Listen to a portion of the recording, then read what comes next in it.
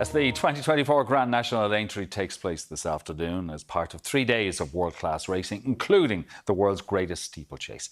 Virgin Media Sports' Will Dalton joins us live from the racecourse for all the build-up. Good morning to you, Will. Look, it's an awful lot drier here than it is where you are right now, so it seems. Listen, Martin, I was hoping this morning I was going to turn out, there was going to be bright sunshine, a bit like yesterday, nice temperatures. It's a little bit cooler, and I'm sure you can see just behind me there are some very threatening clouds. So we need you to have a chat with the weather guys, I think, and get those clouds to push out over that way. But overall, look, it's dry at the moment. We might get a little bit of a dusting of rain, but I think it should be okay for the rest of the day. Fingers crossed we might even get some sunshine too. Okay, well, it has led to soft conditions, all right. But yesterday, it was Ladies' Day. That's why the sun was shining at Aintree. Was it a good day for the Irish? Well, listen, it might have been Ladies' Day, but it was all about JP McManus. 2 winners out of the first 3 races for him. I know what you're thinking. In the first race, what a way to start off. And then Mystical Powers, the Willie Mullins horse in the 2:55. Backed it up then with a hat-trick. John Bon in the main feature race, the Melling Chase. 3 wins for him. I'm sure he opened a bottle of champagne or 2 last night to celebrate. We hope for more of the same today. Okay, what's coming up this afternoon is the greatest steeplechase in the world. It's a race that we watched as we were kids, sitting down with our parents and grandparents. There's an Irish takeover with the Grand National today. Is it 26 horses that are going to be involved out of the 30 odd that are starting? Yeah, 34 are meant to go to post, so yeah, as you said, 26 Irish, so fingers crossed. And all the talk this morning is about the winner of the Irish Grand National of last year, I Am Maximus, the Willie Mullins trained with Paul Townend aboard for that one, and of course owned by JP McManus, so he's obviously here for a reason. Lots to talk about that one. Another Irish horse there's been lots to talk about is Gavin Cromwell, who had a winner yesterday in the first race for JP McManus. Limerick Lace, lots to talk about that one. Of course, JP owns that one as well. And Cork Rambler, the defending champion from last year, the Scottish horse, that's in and amongst the favourites too. We'll also keep an eye on Rachel Blackmore's mount, Manila Indo, Henry de Bromhead trained horse there. That's got a chance, hopefully. So somewhere out of this pack, I think we're going to have an Irish winner. Oh, we've got to. With that amount of horses there, we have to have something. Aintree is all about great memories, and you're about to chat to somebody there who, well, has their own great memories of Aintree. So, Will, it's over to you. Well, look, a living legend, one of the most successful Irish jockeys of all time, and of course, he won the Grand National. It's weird to say, over 20 years ago. Barry Geraghty, thank you for joining us this morning. Monty's pass. Tell us about that. Must have fond memories every time you come back here. Yeah, a magic day. 21 years ago, he was second over these fences the previous year in the Topham, which is over 2 miles 6 furlongs. So he had a little bit of experience. He jumped brilliant, but it was foot perfect all the way from him. I was a passenger, so but a magical moment. Listen, why is the National so special? And we were just talking beforehand, which I thought was really interesting. Tell us what it takes to win. What do you need? Well, it takes a lot, but jumping is probably the key. And the chair, for example, like this is a big fence. You see the ditch in front of it. You need a horse who's brave and willing to take it on.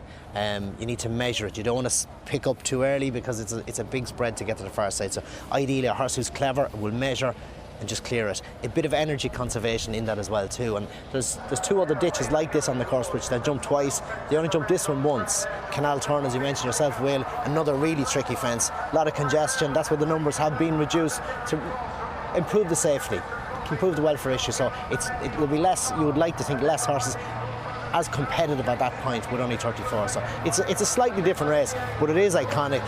It's one of a kind. You were saying to me something which you don't get until you're really out on the race course as well, that one of the problems with this fence is that it narrows, so it brings the field together. And with so many horses, it's like a traffic jam going over. Well, slightly. Now you've gone a circle, so there will be a little bit of a stretch on the field, if you like.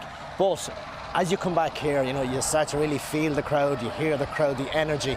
Horses feel it too. You will feel them grow an inch underneath you. So, but as the field gets funneled slightly, it just has this concertina effect, and it just adds a bit of life to it. It's a magic fence now on a good jumper. Okay, now I know everybody's getting their sweepstakes done at home and having a look at the papers this morning to see what horse they fancy, whether it's the name or the jockey or the trainer, whoever it is. But they want to hear from you, the expert. Who are you going with?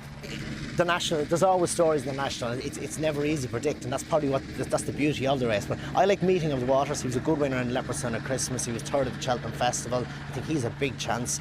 Last year's winner, Corey Gramble, was third in the Gold Cup. That was a great run. He's another with a shout. And Ben Harvey is just behind us. He's out walking the track. He rides Malar Mission, who was second in the Old Hennessy in Newbury early in the season. I think his horse stays really well, jumps well, and he's going to like the ground. But the ground has improved. They're calling it soft, good to soft in places. So that's an improvement on yesterday. So it's ideal racing conditions. And what about those Irish horses we were talking about? We were talking about Rachel's Manila, Indo. We were talking about Limerick Lace, which has come in for a little bit, and also I Am Maximus. It's very difficult to win the Irish National and the Grand National.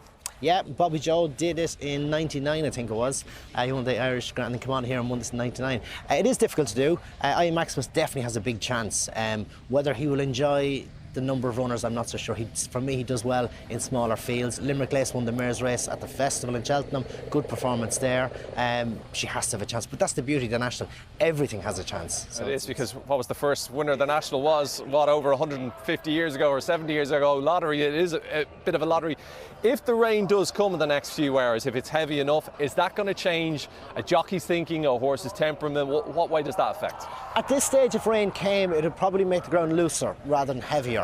So it is drying, it's a little bit holding, it's a little bit gluey, and that's okay. But if rain falls, it'll actually maybe get easier. It might go soft, slightly deeper, but the horses will get through it easier because it's fresh rain. It's when it starts to dry that makes it harder work. And currently, you mentioned Manila Indo, he's one who'd have a shout. He does well on good ground, he's a former Gold Cup winner. And if we look at like the horses and the jockeys now, when they're going into races like this, well, most of these horses have had experience, because we're looking at this, I couldn't imagine jumping that this morning, but will they be well used to this, or do some horses get a bit of a shock? I suppose it depends on the personality. They would have jumped, like there will be fences in Ireland, and the Curragh especially, there will be fences in Lambourne as well in England, so trainers would have facilities there to school them over this type of fence, so they would be familiar with them. But you need a horse with personality. It's like a rider, it's like a footballer, you need to be up for it, so you need a fella or a lady who's up for the game. And obviously, as we said, 26, I think, Irish entries in it. It's a huge amount. We're taking over Cheltenham. It seems we're taking over the Grand National as well. The Irish just winning everywhere. Yeah, Ireland doing brilliantly at Cheltenham, have done brilliantly here as well in recent years, so I think lots of chances today. Good stuff, Barry. Listen, Barry, we'll see you again later. Listen, we're going to hand back to you down in the studio. Martin, I'm sure you're getting the sweepstakes together for everybody. Make sure you pick me out a good horse, and fingers crossed. Remember, 4 o'clock for the Grand National. Coverage begins on Virgin Media 1 at 12:55. Okay. And Will sporting his green tie as well to fly the Irish flag. Cheers, Will. Remember, you can catch the most famous horse race in the world, as Will said, the Aintree Grand National, live here on Virgin Media 1. The coverage gets underway at 5 to 1.